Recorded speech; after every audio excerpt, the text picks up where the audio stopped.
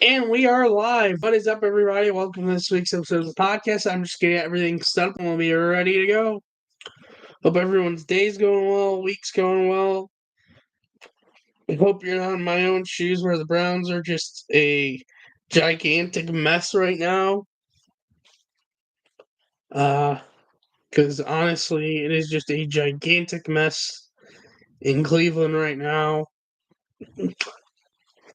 It's just crazy. And I'm going to dive into it. I'm still debating on whether I want to do Browns, whether I want to get NFL out of the way first or save it for last. Because, boy, I got a rant for the Browns. And it ain't a happy camper one. Also, there's going to be a hockey reference this episode. So, for all the hockey fans, tune into probably the latter end of this, as it was from the weekend. But there's a mention of hockey this week.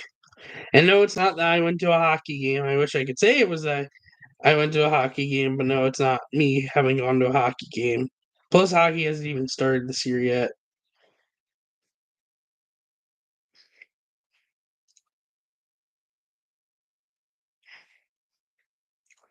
Also, something I realized I don't think I've mentioned to the podcast that I want to mention. And if not, well, I'll be mentioning it now. But yeah, got a lot of stuff to talk about. Wilson Ramos. What's up with Wilson Ramos? Follow the Forecast podcast, by the way. I haven't heard anything about Wilson Ramos.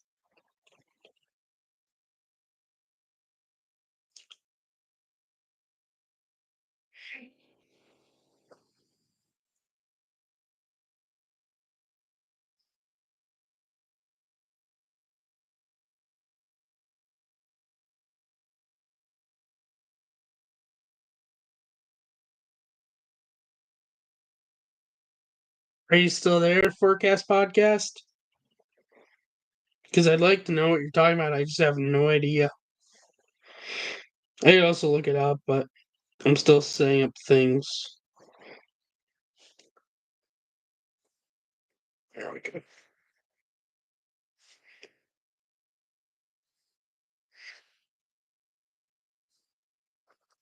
Well, let's see if I can find out.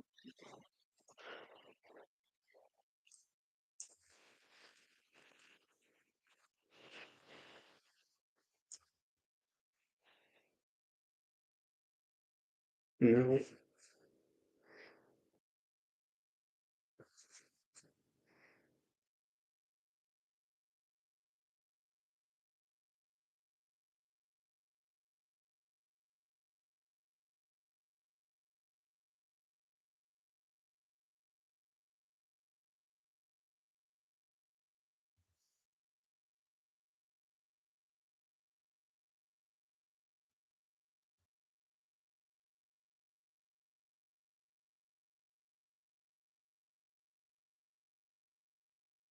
Yeah, I don't see anything about Wilson Ramos Forecast podcast, so I don't know what you're talking about unless you're asking me for what I think of him as a player.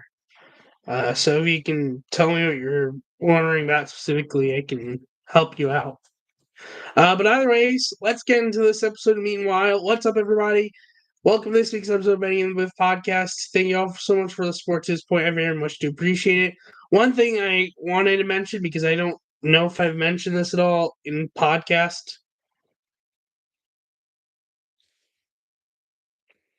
What? Either way, um, so this year with college football, because Northwestern Stadium is under renovations, they're playing their football home games in different stadiums, primarily, and I think they're like soccer, lacrosse, and then two games in Wrigley Field. One being the Illinois game at the end of the season, and one being the game I'm targeting to go to, Ohio State. So if that game is not on Shabbos or Sabbath, I am booking my way to Chicago for that game, without a doubt. If it's on Sabbath, I'm not going to go. It wouldn't be worth the ticket because I'd just be the same as if I was in New York, but yeah. If it's not gonna be on Sabbath, I will definitely be going to that game. If I go, maybe I'll even vlog from it. But either way, just wanted to let you guys know about that. But that's not gonna be till late November.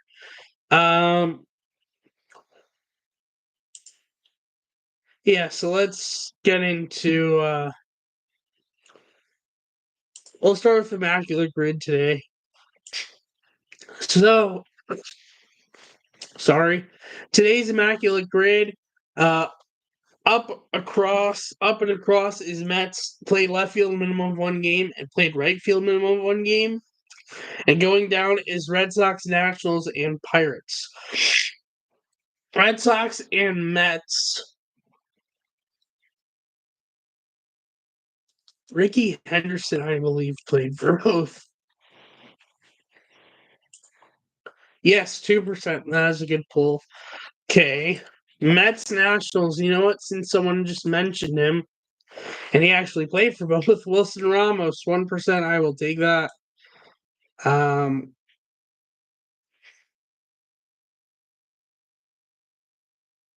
Someone just came into the chat, Noak Sports Podcast. Who wins a championship first, the Panthers or the White Sox? Am I safe to assume you're referring to the Carolina Panthers, not the Florida Panthers?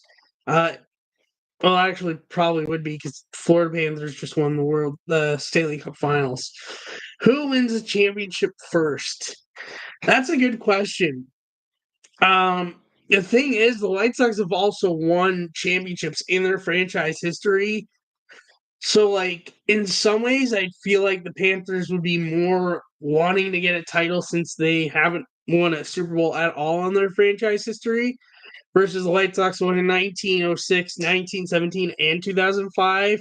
So it's been a good about almost 20 years since the White Sox won a World Series. Realistically, based off roster,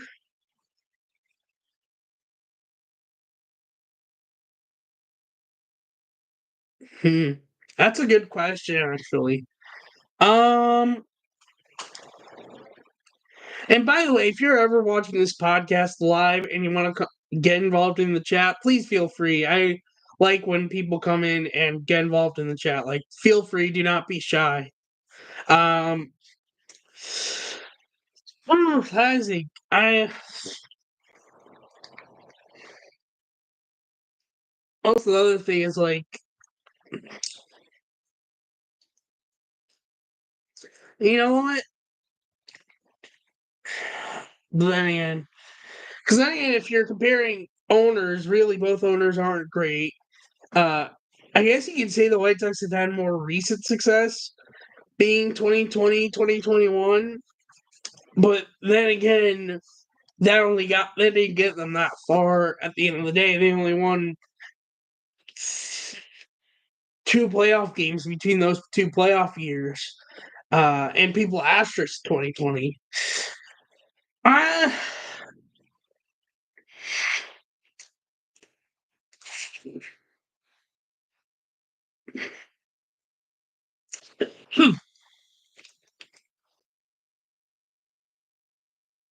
hmm.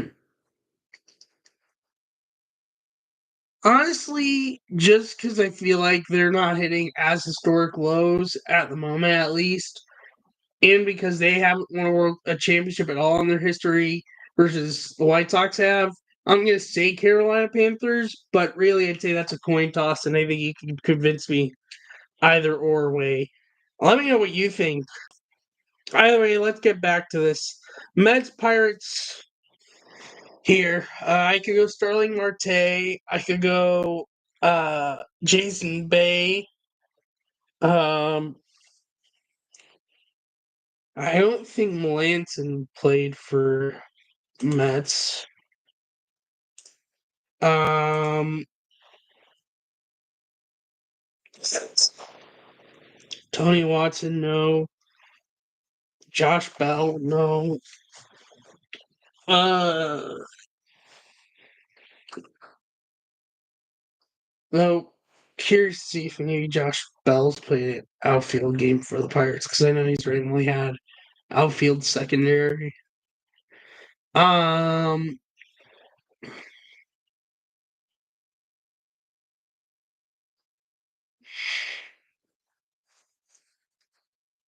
Bader, no. Quintana, no. Well, Quintana works, but he's gonna probably be up there. Dave Parker, I don't think played for the Mets.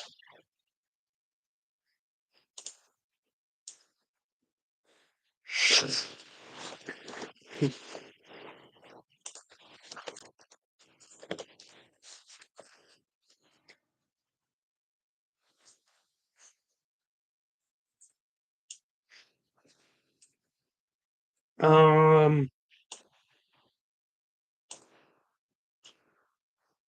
I'm like trying to think.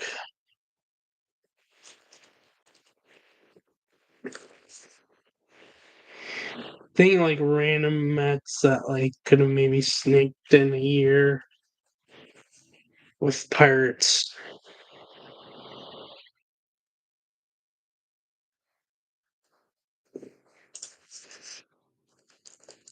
So you sneak a year with Pirates?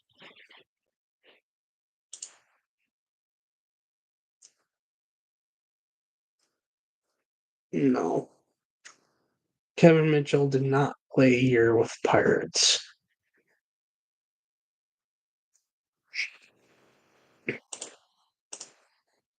Mm,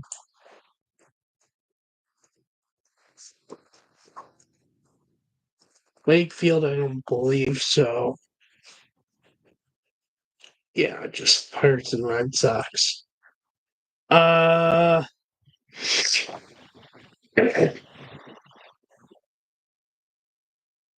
Neil Walker, no. Mercer, no. Josh Harrison, I know he like sneakily played for a whole bunch of random teams. No. Unless Neil Walker me. Oh, actually, Neil Walker might have.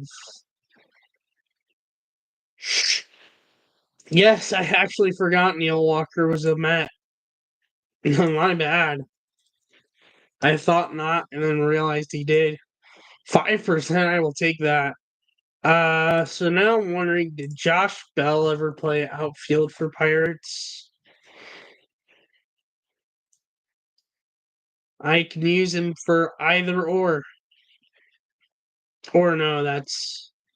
Oh no, I could use him for right field. Play right field at an instant for the Pirates in 2016. So I'm going to use Josh Bell, primarily first base, but I know from MLB the show he's randomly had outfield secondaries. 0.4%, I will take that. Um, Random outfielder, I know played for the Pirates, but not sure if he played anything beyond his primary. And if he did, I'm going to use this. He did. And so I'm going to go played left field minimum of one game of Gregory Polanco. Someone who's part of the 2010s Pirates. Was good in for like a few years, but then stunk the rest of the way. 2%, I will take that. Washington Nationals play left field and right field. Um,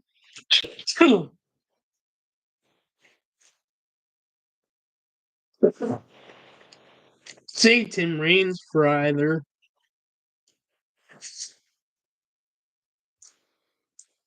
Primary probably left, so I'm gonna go Tim Raines and right. 1%, I will take that. Left field Nationals. Ian Desmond never played in a game in the outfield. I know he was primary shortstop with them, but later in his career playing in the outfield, he did, but it was in left or in right. So I was correct, but not the spot I was hoping for. Well, I guess good note for future. Michael Morse. I never know what Mike Morse. Yes. Guy who was part of the 2012 Nats and the 2014 San Francisco Giants. Okay. Played left field and right field now for Red Sox. That was 1% for Mike Morris, by the way. Played left field, Red Sox, minimum of one game. Right field, minimum of one game. Uh,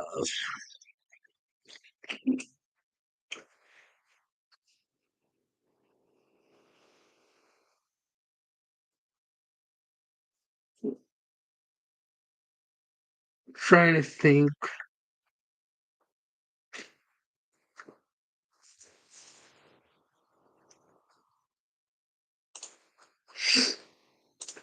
I imagine Johnny Damon played at least one of those two with Boston.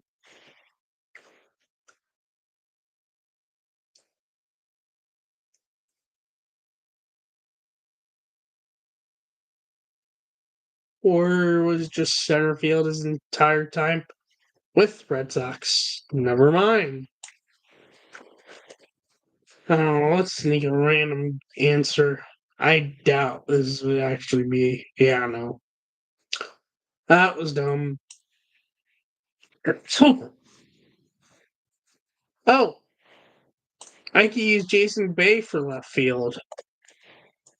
I mean, he might be popular because of also common answer in certain spots here, but 2% for left field, Jason Bay, I will take that. Was expecting it to be a lot higher. And you know what? I'm gonna go for a member of the Red Sox for Red Sox right field. Try in 9. I will take that. Overall rarity score 24. I will very much take that. The most popular common answer among everyone else for Mets and Red Sox at 18% is Pedro Martinez. For Red Sox left field, minimum of one game is Manny Ramirez at 17%. Right field, minimum of one game at 14% is Mookie Betts. Mets Nationals is at 25%, Max Scherzer. Nationals play left field, minimum of one game is Juan Soto at 10%. Minimum one game in right field for Nationals at 24% is Bryce Harper.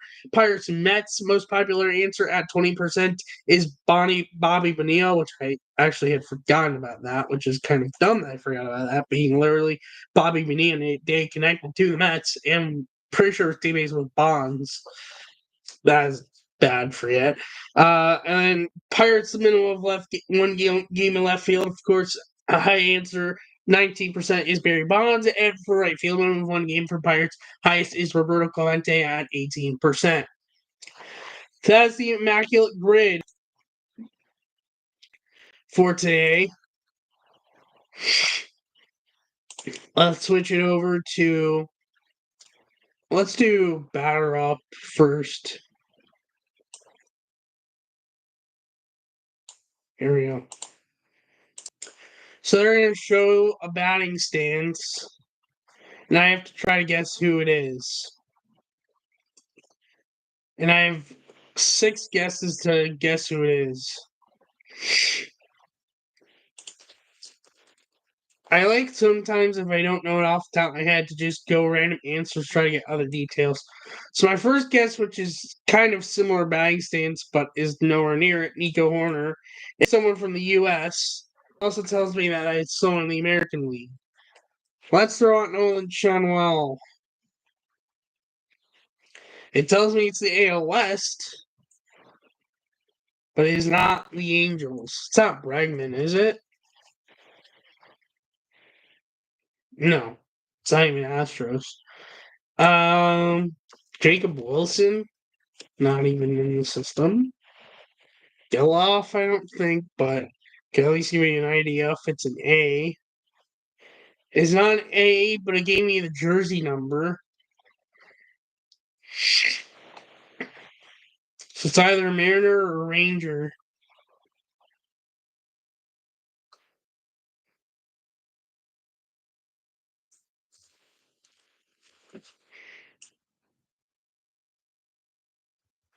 Well, it is a Mariner, and it's an outfielder.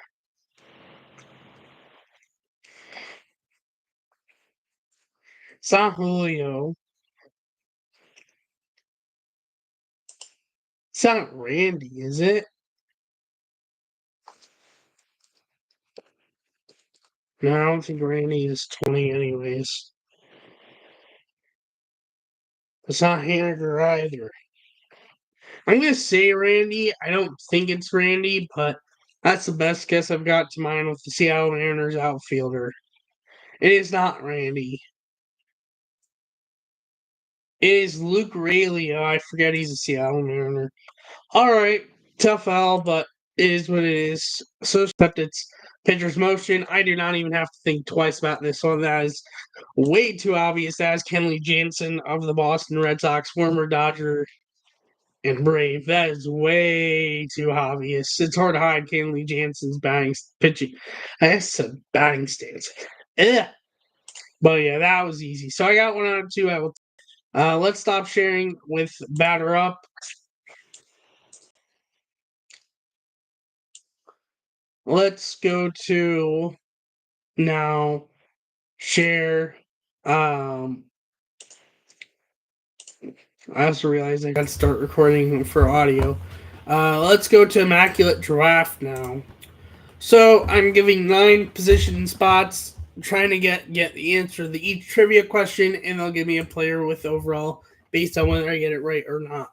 First question is, which player just set a franchise record for the most RBIs in the first 3 innings of game? I'm pretty sure this was Monday also, but this is Pavin Smith for the Diamondbacks. We're going to actually talk about that in this week's episode, oddly enough. Next one, which player holds the record for most consecutive plate appearances without striking out since 2000? This is also going to be a part of this week's notes, which Luis Arraez is getting close to that number, but he does not have that number.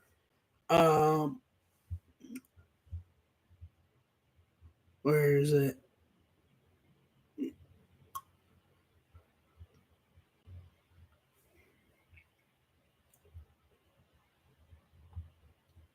Juan Pierre.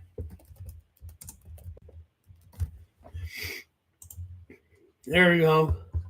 Alonso, would he have more than 94 career hit by pitches? Let's see. He has 81. Get it to 99. That's huge. Who currently leads the MLBWR? This feels like this is Tuesday's Immaculate Draft. I want to see something. Or Mondays, I should say. They not post Immaculate Draft today?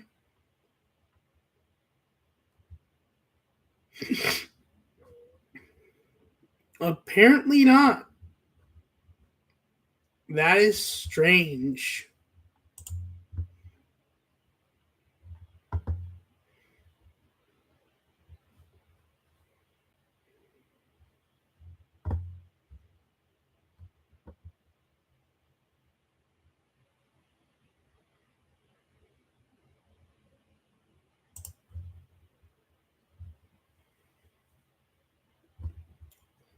I'm just going to run through this even though I did this yesterday. That is Milwaukee Brewers. For what ballpark that was as Brewers, I've been there. Currently leads MLB in strikeouts. Apparently it's a typo. It's supposed to be Chris Sale, but it's Ellie De La Cruz in their system. I'd win, let's see, 498 career homers more or less. I feel like he probably got less. But yeah, 424. I really did not know he got into the 400 homer club. That is Yankee Stadium. I have definitely been there and even worked there.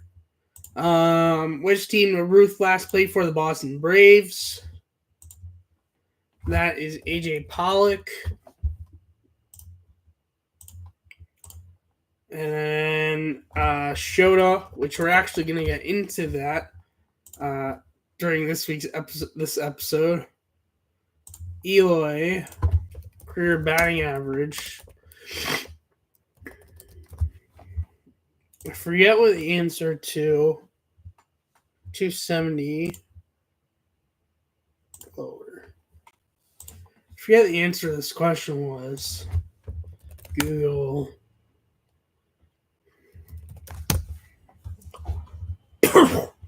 Oh, no, actually, no. I think it's Lindor for highest F4 currently in MLB. Yeah, though it might not be up to date. And so that's my team. Catcher is 83 overall, Jason Kendall. First base, 99 overall, Pete Alonso. Second base, 98 overall, Jackie Robinson. Shortstop, 81 overall, Tim Anderson. Third base, 95 overall, Edwin Encarnacion, who started his career at third base, but eventually moved over to first and DH. Left field, 84 overall, Michael Brantley. Center field, 86 overall, Matt Kemp. Right field, 90 overall, Bobby Abreu. And DH is 87 overall for Immaculate Draft. Because for some reason, it was easy because for some reason it wasn't updated today. I want to see something. That is strange.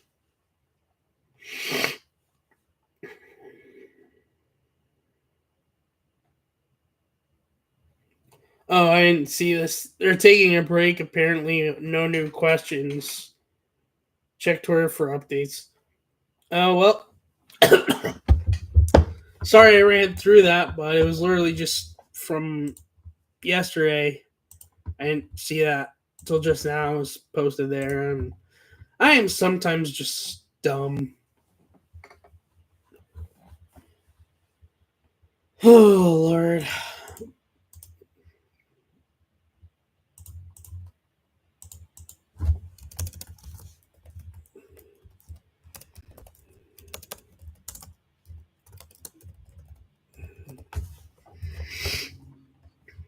All right, so we're going to start with MLB Weekly Recap. Then we'll go into college football and then NFL with my rant. So MLB Weekly Recap going back to September 2nd. Brewers beat the Cardinals 9-3. Willie Adames on his birthday 3-run homer in the first marks 5 straight games with a homer term, which is tied for franchise record with 2017 Eric Thames and 1997 Jeremy Burnett's. Also second longest by a shortstop.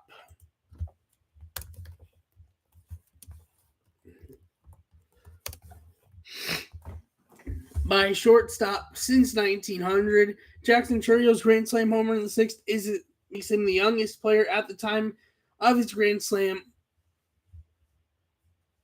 Is his second career Grand Slam, making him at 20 years, 175 days old. The second youngest player at the time of his Grand Slam to hit 2 Grand Slams in the season. Older than July 30th, 2019, Vlad Jr., 20 years, 136 days old. Also makes him tied for second most career Grand Slams before age 21, tied with Ted Williams, Travis Jackson, Mickey Mantle, Faye Thornberry, and Vlad Jr., and behind Tony Conigliaro and A-Rod 3. Orioles beat the White Sox 13-3. First time every Orioles starter in the lineup gets a hit since August 25th, 2017. A's beat the Mariners 5-4. Cal Raleigh 2-run homer in the first is his 87th career homer in 4 seasons, which is tied for third most for a catcher, minimum 50% of games played at catcher each season, tied with Johnny Bench and behind Mike Piazza's 92 and Rudy York's 88. Shea Langeliers had 2 homer game in this game for the A's, including a walk-off homer in the 9th. Cubs lost to the Pirates 5-3. This marks the first time the Cubs were up 3-0 or better, with 3-0, 4-0, 5-0, etc.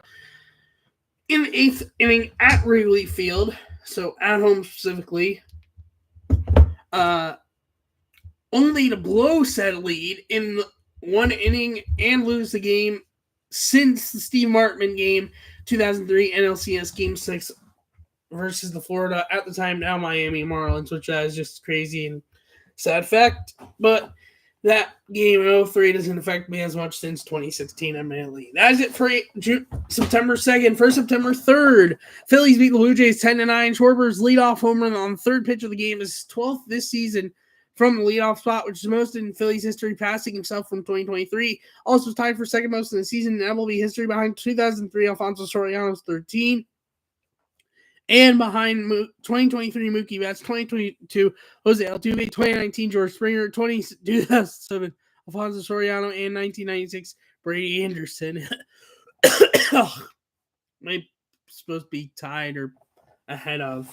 But either way, his 3-homer game marks his third 3-homer game from a leadoff spot, which tied for second most MLB history in career, tied with Alfonso Soriano behind Mookie Betts' 5. Also, his third 3-homer game with Philly, which is tied for second most in Philly's history, tied with Johnny Galson and behind Mike Schmidt's 3.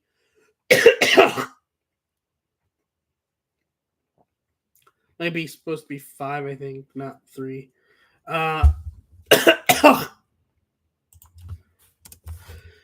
Sorry about that. Anyways, Mets beat the Red Sox 7-2. Francisco Lindor's 2-run homer in the third is his 30th this season, making it his 5th 30-homer season, which is tied for the second most by a shortstop behind A-Rod 7 and tied with Ernie Banks. Also makes him one of 6 switch-hitting batters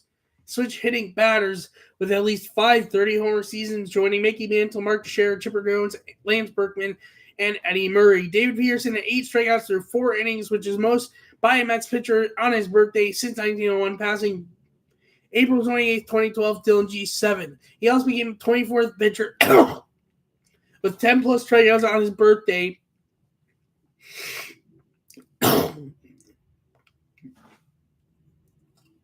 Since 1901. And behind September 8th, 2019, Garrett Cole, 15. And he's the 15th pitcher with 11-plus strikeouts on his birthday since 1901. Polar Bear Pete Alonso's 2-run homer in the 8th is his 223rd homer in first 6 seasons of career in 823 games, which is third most in MLB history, jumping Ryan Howard in 732 games and Eddie Matthews in 80 games with 222 home runs, and behind Ralph Kiner's 257 in 905 games.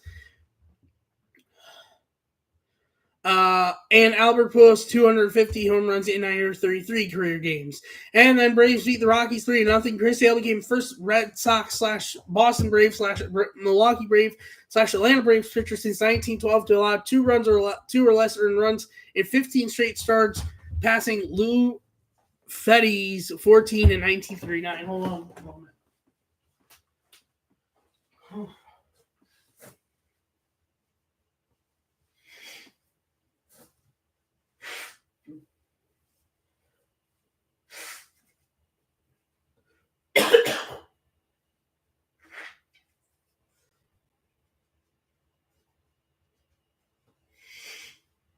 Oh boy. Anyways. Oh, sorry about that. As it for September 3rd, for September 4th, Schwarber's leadoff homer ties him with 2003 Alfonso Soriano for most leadoff homers in a season. White Sox beat the Orioles 8-1. Gunnar Henderson is first Orioles shortstop to hit 35 home runs in a season. Mets beat the Red Sox 8-3. Jesse Winker's walk-off or grand slam homer makes him first player since 2019 to hit grand slam homer with 2 different teams in the same season since Freddie Galvis and Jay Bruce did so. Cubs beat the Pirates 12-0. This is the 9th no-hitter won by 12-plus runs, which this was combined between Shota Managa, Nate Pearson, and Porter Hodge. 3 by the Cubs, most of any team. Jake Arrieta, 16-0, second no-hitter of his career, and Alec Mills' 1 no-hitter in a 12-0 victory. Arrieta against the Reds, Alec Mills against the Brewers. Cubs 18 no-hitters, ties with the Boston Red Sox and New York / San Francisco Giants for the third most in MLB history, behind the Dodgers 23 since joining the National League, and the White Sox 20. First no-hitter in Rayleigh since Milt Pappas on September 2nd, 1972, and first combined no-hitters Zach Davies, Ryan Tepera, Andrew Chafin, and Craig Kimbrell at the Dodgers on June 24th, 2021, before the collapse. That was right before the collapse of 2021 for the Cubs. Padres beat the Tigers 6-5 in 10 innings. Luis Arias has gone on a career-high 91 plate appearances without striking out since August 10th, which is the longest such streak in MLB history since Mookie Betts' 129 plate appearances from September 2016 to April 2017. With extending to 101 the next day, it's the most in one season since 2010. Jeff Keppinger 107 not the only time we will mention that streak, as that has kept on going. A's beat the Mariners beat A's 16-3. Lawrence Butler's leadoff double on first pitch marks 9 straight games with an extra base hit, which is the longest streak in A's history. That is it for September 4th. For September 5th, only one note. Mariners beat the A's 6-4. Cal Raleigh's 2-run homer. The first is his 88th career homer in first 4 career seasons, which is tied for second most, jumping Johnny Bench's 87, tied with Rudy York, and behind Mike Piazza's 92. That is it for September 5th. For September 6th, Mets beat the Reds 6-4 in 10 innings. Mark Viento's walk-off 2-run homer in the 10th makes him, at 24 years and 270 days old, the youngest Mets player with a multi-homer game, including a walk-off homer. Also, is only Mets player with multiple walk-off homers as a third baseman. Also, Mets have now had 6 walk-off homers this season, tied with 1962 and 63 for most in a season in Mets history. Braves beat the Blue Jays 3-1. Braves now have gone 25 games without allowing more than 3 runs by the starting pitching, which is 4th most MLB history, behind 2021 Dodgers 32, 1972 1972 Indians at the time, not Guardians 28, and 1966 Phillies, 1917 White Sox, and 1908 St. Louis Browns / Baltimore Orioles 26. The streak ended the next day for the Atlanta Braves in a 9-5 loss to the Blue Jays. It is also the longest streak in Braves history since 1893. Angels beat the Rangers 5-1. Sam Aldegheri getting the win. First Italian-born pitcher to get the win in a major league game since 1949. Also his first Italian-born pitcher to reach major league since Marino Pieretti with the Washington Senators at the time, now Minnesota Twins, in 1945. Royals beat the Twins 5-0. Royce Lewis strikeout swinging in the third. Is Cole Ray's 200th strikeout this season, making him 5th Kansas City Royals starter to do so, and first in Zach Greinke's 242 in 2009, and joining the list as well with Kevin Apier's 207 in 1996, Dennis Slater 244 in 1977, and Bob Johnson's 206 in 1970, and first Kansas City Royals left-hander to do so. Padres beat the Giants 5-1. Manny Machado's 2-run homer in the 2-homer game marks the 163rd career 63 homers with the San Diego Padres, which ties him with Nate Colbert for most in San Diego Padres history. That's it for September 6th. For September 7th, Yankees beat the Cubs 2-0, which clinches the Yankees' 32nd consecutive winning season going back to 1993. And this is where the end of this is the hockey reference, by the way, which is second longest in New York Yankees / MLB history, behind 1962 to 26-64 Yankees with 39 consecutive winning seasons, and ahead of 1968 to 85 Orioles, 1951 to 67 White Sox 17, 1967 to 82 Red Sox 16, and 2008 to 2022 Cardinals, 1991 to 2005 Braves, 1953 39 to 53 Cardinals, and 1899 to 1913 Pirates 15. Also tied for second longest streak in Big Four sports, which is baseball, football, basketball, and hockey. And this is where the hockey reference comes in, which is tied with the 1952 to 1983 Montreal Canadiens. So there you go. You got your hockey reference. For all the hockey fans, congratulations. You got another hockey reference in this podcast. Even though I don't generally cover hockey, but when there's historic stats, something I will always try to cover every detail of it. Anyways, moving on from that's it for September 7th. For September 8th, Marlins beat the Phillies 10-1. Connor Norby's 2-homer game marks 13 extra base hits in the first 18 games with Marlins, which is second most in Marlins / Miami / for Marlins history, behind 2001 Charles Johnson's 15. Giants beat the Padres 7-6. Luis Rides now gone 115 plate appearances without a strikeout, which is 4th most in MLB history since 2000, behind 2004 Juan Pierre 147, 2001 Juan Pierre 143, and 2016-17 Mookie Betts 129. Padres record is 170 by Tony Gwynn in 1995. And the Diamondbacks beat the Astros 12-6. Pavin Smith, 7 of his 8 RBIs is most of the first 3 innings of game in Diamondbacks history. The 8 RBIs are among a 3-homer game for him, is tied for the second most RBIs in a game in Diamondbacks history, tied with September 22nd, 2017, Chris Iannetta, and behind May 17th, 2002, Rubio Durazo's 9. This is also the 18th time in Diamondbacks history they have scored 10-plus runs in a game this season, which is third most in Diamondbacks history in the season, behind 1999-25 and 2017-2022. That's it for September 8th. For September 9th, by the way, the Cubs beat the Dodgers 10-4, and they had homers from two former Dodgers, Cody Bellinger, two-run homer, and solo home run from Michael Busch.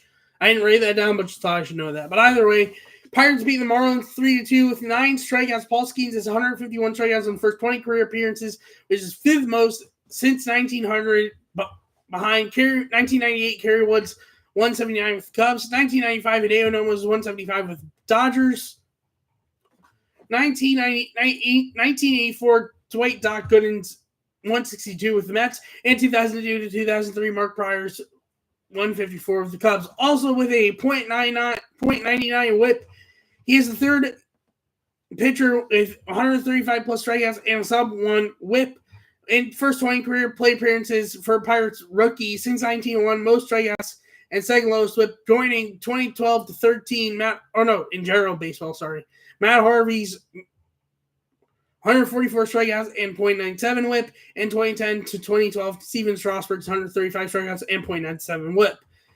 Also, strikeouts is most by a Pirates rookie ever since 1900, ahead of Cy Blanton.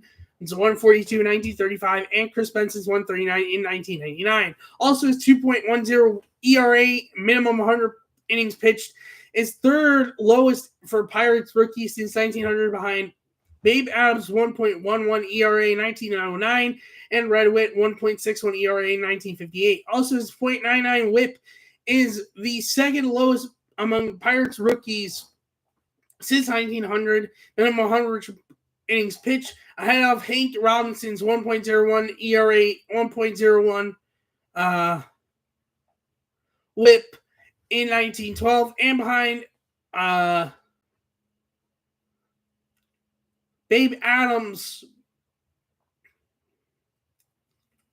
.85 in 1909, and his 8.833 win percentage with 10-2 record is second highest win percentage by Pirates rookie since 1900, minimum of 12 decisions, with third most wins and least amount of strikeouts among the list, joining Emil Yadi's 9.942 win percentage with 16-3 record in 1924, and Babe Adams' 800 win percentage at 12-3 record in 1909. Also, his 5.2 WAR is second most by a Pirates rookie since 1900, ahead of Whitey Glazner's 5.1 in 1921, and behind Cy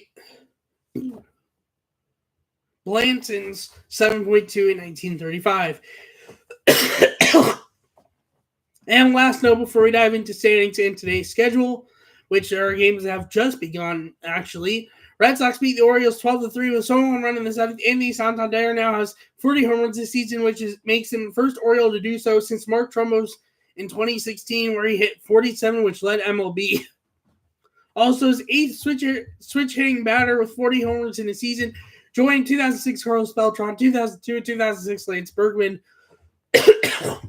2005 Mark Teixeira, 1999 Chipper Jones, 1996 Todd Huntley, 1996 Ken Caminiti, and 1956, 58, 60, and 61 Mickey Mantle. Robert F. Snyder's two-run homer and Tyrone O'Neal's solo homer were back-to-back early on, and then they also went back-to-back with solos in the eighth, were making them the second pair of Red Sox teammates to hit back-to-back homers twice in the same game in Red Sox history, joining April 19th, 1994, Mo Vaughn and Tim Nehring versus the Oakland A's, where they both had solo home runs in the second and both had solo home runs in the sixth. Also, Tyler O'Neill's seventh multi-homer game this season and 12th overall in his career, which is the first Red Sox to play, which is tied for second most in MLB history this season with Yordan Alvarez. Also, the first Red Sox to have 7 multi-homer games in a season, tied with Jim Rice in 1977 and Manny Ramirez in 2002. That is it for the notes part of this week's episode.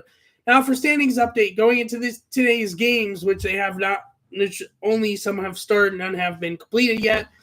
In the AL East, the Yankees in first place at 83 and 61, followed by the 82 and 63 Orioles, who are a game and a half back, followed by the 73 and 71 Red Sox, followed by the 71-73 Rays, followed by the 68 and 77 Blue Jays. In the AL Central, the Guardians in first place at 82 and 62, followed by the 79-66 Royals, 3.5 games back, followed by the 76 and 68 Twins, 6 games back, followed by the 73 and 71 Tigers, followed by the 33 and 112 White Sox. In the AL West, the Astros in first place 77-66, followed by the 73 and 71 Mariners, 4.5 games back, followed by the 70 and 74 Rangers, 7.5 games back, followed by the 62 and 84 A's, followed by the 16 and 84 Angels. In the NL East, the Phillies in first place at 86 and 58, followed by 79 and 65 Mets, 7 games back, followed by the 78 and 66 Braves, 8 games back, followed by 64 and 79 Nationals, followed by 54 and 90 Marlins. In the NL Central, the Brewers in first place at 82 and 61, followed by the 70 and 70, 74 and 70 Cubs, 8.5 back, followed by the 72 and 71 Cardinals, followed by the 70 and 75 Reds, followed by the 68 and 76 Pirates. And in the NL West, the Dodgers first place at 86 and 58, followed by 81-64 Padres, 5.5 back, followed by 64 Diamondbacks, 6 games back, followed by 71-73 Giants, followed by 54-90 Colorado Rockies. And as for the wild card standings, top 3 in the AL are Yankees 5.5 up, Royals 2.5 up, and Twins no games up. And behind them, a 3-way tie for 4 at 3 games back between the Red Sox, Tigers, and Mariners, followed by the Rays 5 games back, Rangers 6 games back, and Blue Jays 8.5 games back. And in the National League, the top 3 are the Padres 1.5 back, up, Diamondbacks 1 up, and Mets none up, followed by the Braves 1 game back, followed by the Cubs 5 games back, followed by the Cardinals 6.5 back, followed by the Giants 8 back, and followed by the Reds 9.5 back. As for today's schedule,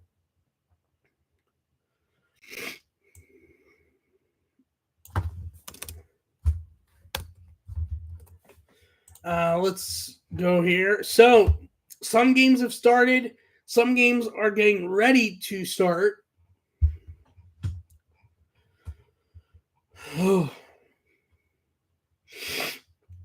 As for the games that have already started, Rockies and Tigers are just underway in Detroit, middle of the first, 0-0. Rays and Phillies are underway. Top first, Rays have a runner second with 1 out. Rangers Suarez facing Johnny LaDuca, I forget his first name, DeLuca. Marlins and Pirates are scoreless. Top 1 out. Jesus Sanchez facing Minodzinski. And 0-0 in DC of Braves and Nats. Top 1, Mackenzie Gore facing Michael Harris second with nobody out or on. Yankees Royals about to start. Seth Lugo against Marcus Stroman. Mets Blue Jays about to start. David Peterson against Chris Bassett.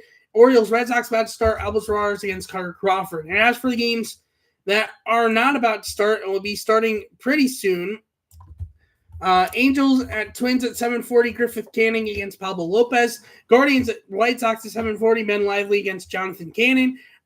Reds at Cardinals at 7:45, Rhett Lauder against Andre Palante. A's at Astros at 8:10, Osvaldo Bido against Spencer Arrieta. Padres Mariners 9:40, Yu Darvish against George Kirby. Rangers at Diamondbacks 9:40, Nathan Eovaldi against Zach Gallen. Brewers at Giants at 9:45, Aaron Savali against Tanner Raup, and Cubs at Dodgers at 10:10, Shota Imanaga against Yoshinobu Yamamoto. That's it for them. We'll be part of this week's episode. Now let's get to college football recap before I get into the NFL. There was some craziness that actually has happened. As Florida State lost again, this time to Boston College, 28-13. Sorry about that. To cap off week 1, so they're 0-2. They got a bye in week 2. As for the week 2 games to highlight, the Texas Longhorns went to the Big House in Michigan and beat the Wolverines 31-12. Northern Illinois upset number 5 Notre Dame 16-14. Number 15 Oklahoma survived Houston 16-12. By the way, Texas was 3, Michigan was 10. Rankings have come out, but I don't care about AP rankings really. Number 19 Kansas lost to Illinois 23-17 at Illinois. Number 19 Iowa lost to Iowa State 2019. Georgia Tech lost to Syracuse, ranked number 23, 31-28. And Oregon survived Boise State 37-34 at home. And as for the key games this week, Arizona hosting at K-State, number 20, Arizona, number 14, Kansas State on September 13th, 8 p.m. on Fox. Number 24, Boston College at number 6, Missouri, 12:45 on SEC Network. And number 7, Oregon at Oregon State, first time they're meeting as a rivalry outside of the Pac-12, or what's out of the Pac-2, September 14th at 3:30 p.m. on Fox. As for the college football notable games of this week, oh boy, now time to talk about NFL Week 1. Whew. I'm going to go through the games, standings, and my predictions for Week 2, and then I'll do the Browns rant to close out this week's episode. So, NFL Week 1, the Chiefs beat the Ravens 27-20. Isaiah Likely and Xavier Worthy both had pretty good games for the Ravens and Chiefs. I mispronounced their names in the immediate reaction I had to this game. But the crazy part is, because of one toe touching out of bounds, the Ravens lost this game and didn't have a chance to tie or win this game. And that's why the Chiefs won. And funny joke from Holmes afterwards, he's like, and next time he should wear white cleats because of white line for out of bounds in the end zones.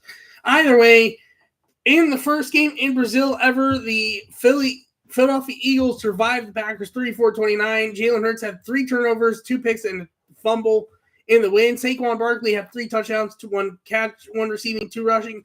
Jordan Love, though, is out 3-6 weeks with an MCL sprain, which is a tough blow for the Packers, but they'll take a sprain over a tear. No surgery required at the moment, and will be out at least 3-6 weeks. We'll see when he comes back. Browns got butt whooped by the Cowboys, and that's honestly an understatement. 33-17. Again, I'm going to come back to the Browns with my rant later, but the story of this game, they had a good start and just fell from that good start. But again, I'm going to come back to that later. Bills survived the Cardinals 34-28, coming back from down 17-3 and 24-17 to win this game. But yeah, Bears beat the Titans 24-17, coming back from down 17-0 to win this game. Not at all thanks to Caleb Williams, who did not have that good of a game. The Dolphins beat the Jaguars 20-17, coming back from down 14-0 and 17-7 to victory, which I actually know someone who's at the game. And the last game of note, I almost said the Mariners. The Seahawks beat the Broncos 26-20. Broncos had 2 safeties in the first half of this game, yet still lost. In predictions this week, I still did pretty good, 12-4. Standings, though, in the AFC East, the Dolphins and Patriots and Bills are 1-0, and the Jets are 1-1. In the AFC North, the only 1-0 team is Steelers, while everyone else, or the Ravens, the Bengals, and the Browns are 0-1. In the AFC South, the Texans are the only 1-0 team. Everyone else, Colts, Jaguars, and Titans are 0-1. And in the AFC West, the Chiefs and the Chargers are 1-0, while the Raiders and the Broncos are 0-1. In the NFC East, the Eagles and the Cowboys are 1-0, while the Commanders and the Giants are 0-1. The Vikings and Lions and Bears are all 1-0 in the NFC North, where the Packers are 0-1. Saints and Buccaneers are 1-0, where the Panthers and the Falcons are 0-1. And the 49ers and Seahawks, I almost said Mariners again, are both 1-0, while the Cardinals and the Rams are 0-1. And that now for this week's predictions, Week 2, starting off with Thursday Night Football, Bills at Dolphins, 8:15 on Amazon Prime Video. I was debating back and forth in my head about this game because it's like, the Dolphins are the better team on paper. But at the same time, Bills have been winning these games year after the last, 2 years and have almost swept them, except for one game in 2022-23 season. So, but at the end of the day, as much as the Bills have won the last whole bunch of games against them, I don't think they have enough to win this year, or at least this one. So I have the Dolphins winning. Sunday games, Saints and Cowboys, 1 p.m. on Fox. I have the Cowboys. Buccaneers and Lions, 1 p.m. on Fox. I have the Lions. Colts and Packers, 1 p.m. on Fox. If there was Jordan Love, I'd say Packers. But without Jordan Love and with Anthony Richardson having a solid game, I have the Colts. Jets and Titans, where they still have Aaron Rodgers, who lasts in more than 4 snaps, so they lost. 1 p.m. on CBS. I have the Jets. 49ers at Vikings, 1 p.m. on CBS. I have the 49ers. Seahawks and Patriots, 1 p.m. on Fox. I have the Seahawks. Giants at Commanders, 1 p.m. on Fox. I have the Commanders. Chargers at Panthers, 1 p.m. on CBS. I have the Chargers. Browns at Jaguars, 1 p.m. on CBS. I have the Jaguars. Yes, I'm picking against the Browns this time. I'm going to dive more into the Browns game, so you'll see more in a moment. Raiders at the Ravens, 1 p.m. on CBS. I have the Ravens. The Rams at the Cardinals, 4:05 on Fox. I have the Rams. Pirates. Steelers at Broncos, 4:25 on CBS. I have the Steelers. Bengals at Chiefs, 4:25 on CBS. I have the Chiefs. And Sunday Night Football, Bears at Texans, 8:20 on NBC. I have the Texans. And Monday Night Football, Falcons at Eagles, 8:15 on ESPN. I have the Eagles. So now that we've gone through the notes, now time for my rant on the Browns. What the heck happened on Sunday? And headphone warning, because I am about to be extremely pissed mode about this Browns team. Like, Watson was bad. Not able to connect. Nothing was going right. The O-line was injured up and down and just could not give him a lot of time. They were penaltied up and down. It was just ridiculous. And, like, the defense didn't do that good either, coming off a season where they were number one defense in the league. And he just couldn't do much of anything on Sunday. And on top of that, and, like, I'm already starting to fear that this is about to be a horrific season. And that was prior to today's news. Like, I was thinking, like, are they about to go winless or one-win season? Which I think now in hindsight, it's probably a little bit crazy, but I don't know. I don't get a good feeling about this season.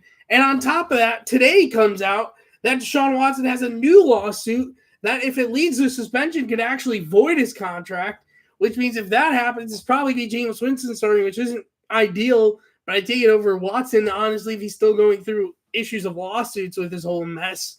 And then on top of that, after having Kadarius Toney practice, they decide to sign Kadarius Toney to the practice squad.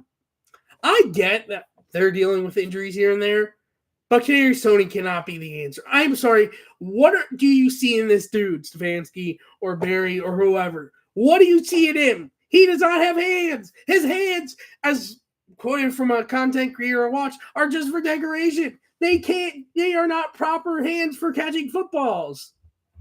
Like, what are you thinking?